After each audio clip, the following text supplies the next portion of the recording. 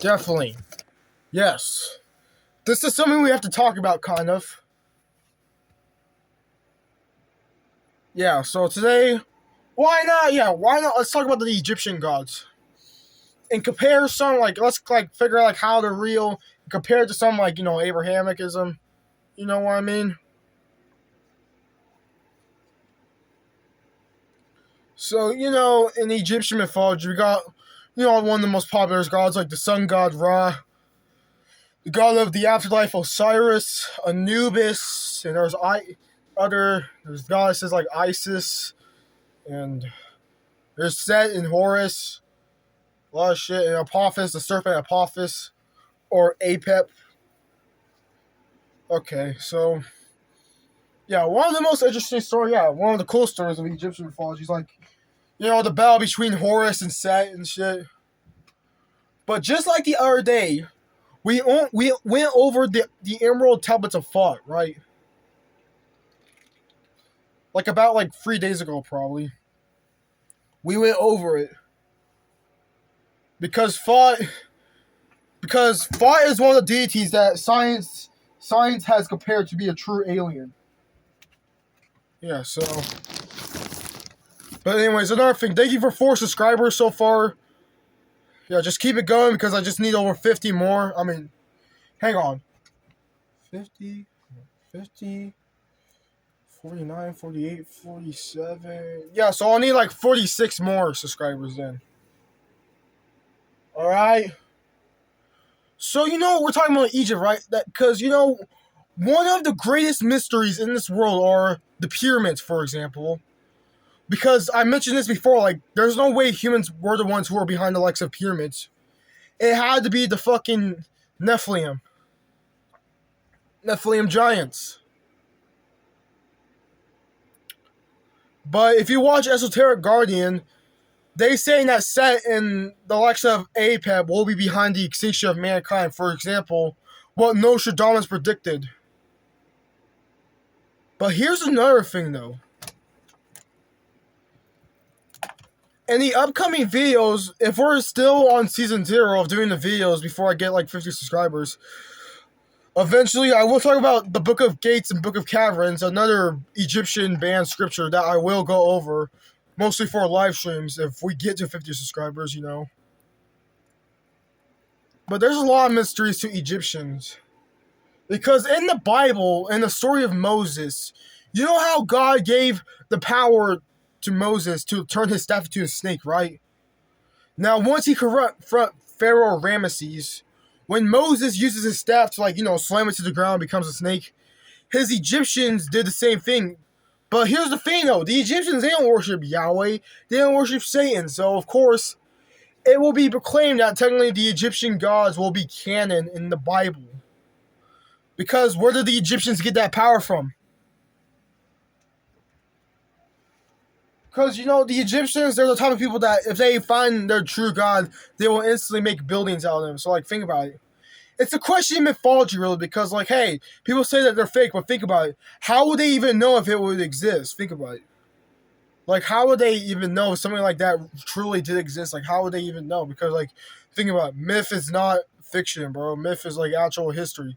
Myth is, another form of history, except in its own belief in spirituality. Anyways, so to talk about the Egyptian gods, what else should I brought up about? Because Ra is known to be a primordial deity, yes. Well, let me think for a second. Oh, another question. So, I know this has nothing to do with Gnosticism or anything, or Egyptian, but you know how there's Sekhmet, the lion goddess of violence, war, medicine, and healing? Since she's a violent goddess, who would win in a fight? The Celtic goddess Morgan? Because they're both known to be violent as goddesses. So let me know down in the comments which one would win. Which one is more rageful, or who will reign supreme, or who will prevail in a fight. Think about it.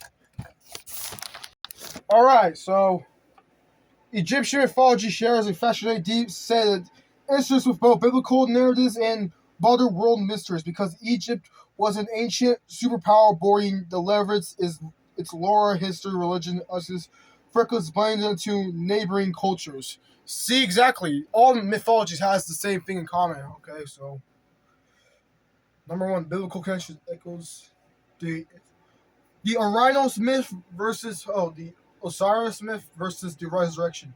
One of the most famous parallels in the history of Osiris, Isis, and Horus compared to the New Testament according of Jesus. The myth: Osiris, the king of Egypt, is murdered by his brother Set. His wife Isis recovers pieces of his body, uses magic to resurrecting him to convince a son, Horus. Horus is born to avenge his father and defeat Set.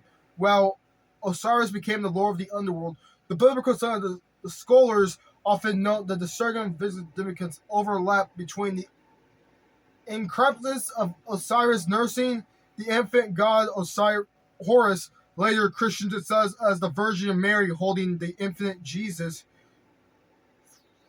Furthermore, the theme of a god dying and rising again to conquer evil often entered life to follow Jesus before powerful resurrection moved across the ancient Near East. Wow. Yeah, so like I said before, so like they both have something in common, like Jesus, resurrection, except, well, yeah. Jesus coming back from the dead from after his crucifixion. Then we got Osiris coming back from his dead, except,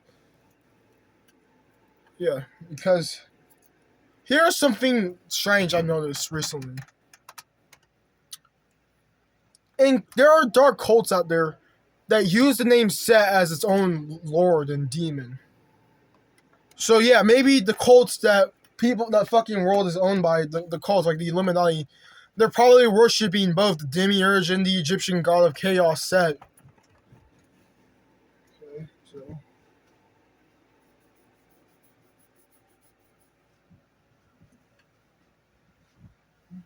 Okay, what's this?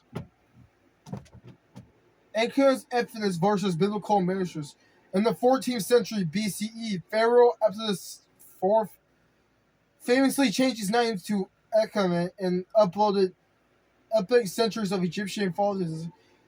He abolished the worship of traditional prophets pantheons like Emir-Ra and declared that there was only one supreme God, FM, Prophet the Sun Disc.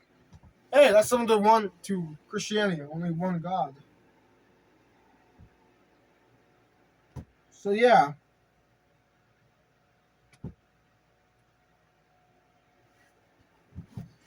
But definitely, dude.